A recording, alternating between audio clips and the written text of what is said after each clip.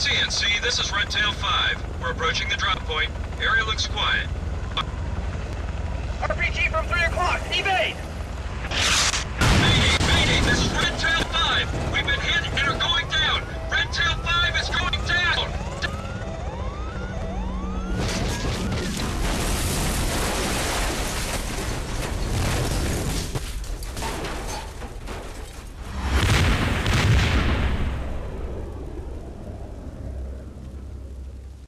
Counter-Strike.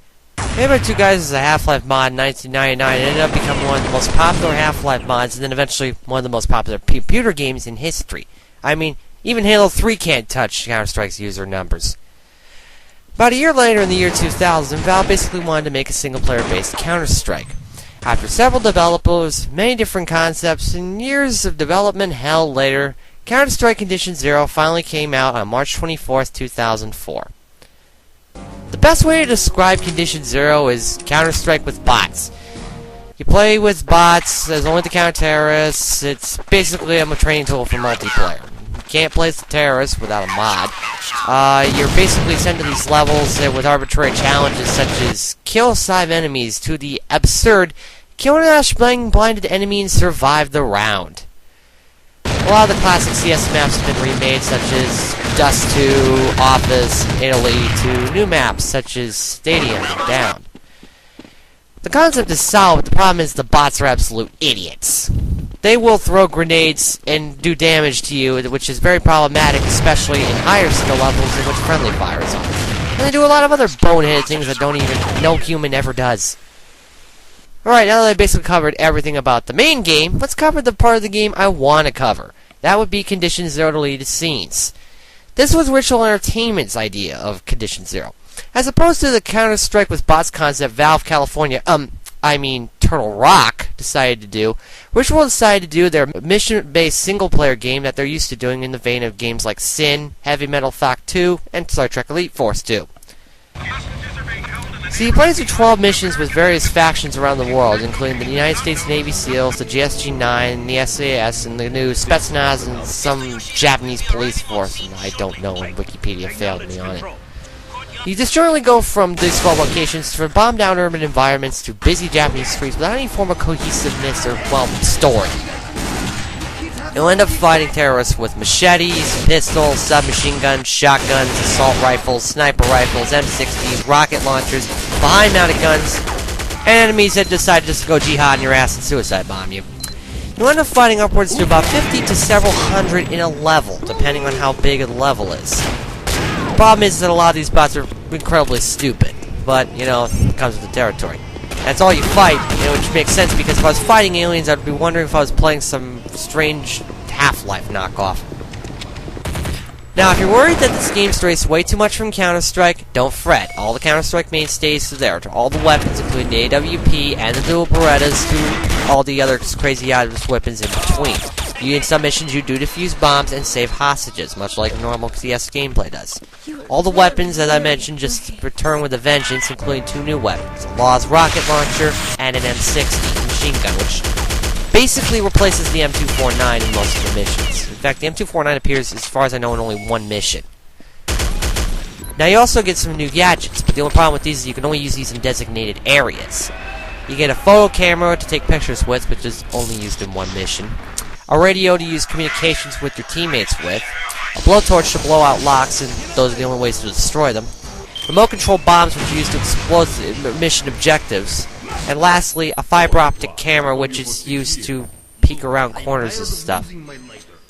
Fiber-optic camera is used specifically in things that I love to hate so much, stealth missions. This game has stealth missions. Now, I don't mind stealth if it's done properly in certain games, see like Splinter Cell or Metal Gear Solid, but it's not done well here. In the missions, you have no weapons, and you have to basically sneak through without being spotted by the guards, or without calling the alarm. Sometimes you get spotted and sneak past, and you'll be fine. But the problem is, if you get spotted, it's usually mission failure. Yeah, there's spots where you can become invisible, which circumvents the problem somewhat, but it still doesn't solve the problem. I mean, come on, just give me a fucking gun. I'll mow these motherfuckers down like grass. If Sam Fisher can get away with it, so can I. All teams move into position. Anyway, thankfully, not every mission to games like this, and most of the time when you go through stealth portions, it's a quick 5 to 10 minute session before you go back shooting dudes in the face again, so it's not all lost. Now, before I continue further with the graphics aspect, I gotta explain a little bit of how this game was made. Now, this game, Condition Zero Deleted Scenes, was made on the Half-Life engine. Half-Life was released in 1998. This game was supposed to come out in 2003. Half-Life is based off a heavily modified Quake engine, which was released in 1996. If you do the math, you realize that Ritual was basically making a game on a 7-year-old engine. An engine that had nothing that's now pretty commonplace in PC gaming, such as pixel shaders, anisotropic filtering, not even ragdoll physics. To circumvent this problem, Ritual decided to basically animate and script the hell out of everything. Most enemies will die in certain unique ways. Most items will explode in unique ways every time. It is scripted to all hell.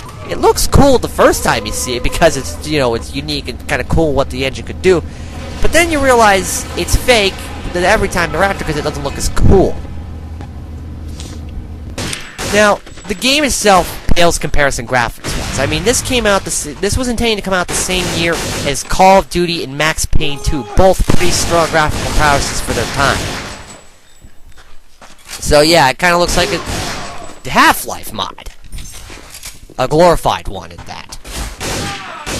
Now, the game's weapons sound pretty close to their actual counterparts, but some of them sound like they're weapons from a stock weapons sound pack. I mean, it's like they ran out of ideas, so they said, oh, hey, let's take this stock pistol suppress sound you probably heard so many times in movies, and we'll use that as the whatever. Anyway, the voice acting in this game is so hammy and ridiculous, it's not even funny. I mean, have a listen. Crysis. This place is booby-trapped. Do you think we will get any warning before the plan goes into effect? Mi producto habla por sí mismo. Manera por Get to me! Do your oppressor! I can't tell if Ritual was trying to be funny with it, but if that was the case, they succeeded.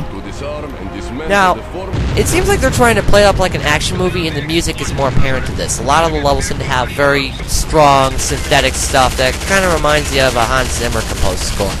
Zach Bellica does a good job with what he's given, and I like it. You may not. Now, once you complete the 12 initial levels, there are 6 additional levels that were added by Steam updates. These were levels that were cut from development. All in all, when you add all the levels together, you got 18 levels that will last you a game session that lasts about 3 to 4 hours. Now, there was a small community for customers. 3 of them were made by a mapper who worked on the game, and they're about a strong quality as the official maps, but they're piss hard. Then there were 3 more by another mapper who did a good job making the maps, but overloaded it with like so many terrorists in every room. Dear mapper, I can't fight a dozen enemies, 2 with rocket launchers, the rest with machine guns and assault rifles, and expect to live. Jeez.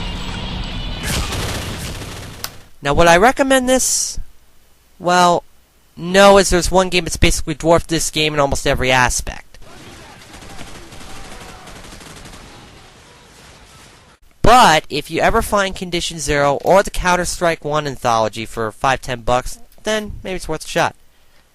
See, this game failed because of the dated look and the engine it was made on. I mean, think about it. If Ritual were able to use the Valve's then new Source technology, this game could have had legs, man. I mean, do that and make the storyline a little more cohesive and get to play as the terrorist. This could have been fucking Game of the Year material here. Instead, it becomes a average game that's entertaining for a couple of hours, and then something you put away and then come back to every few months. Somebody needs to remake this game. It's long overdue, in my opinion.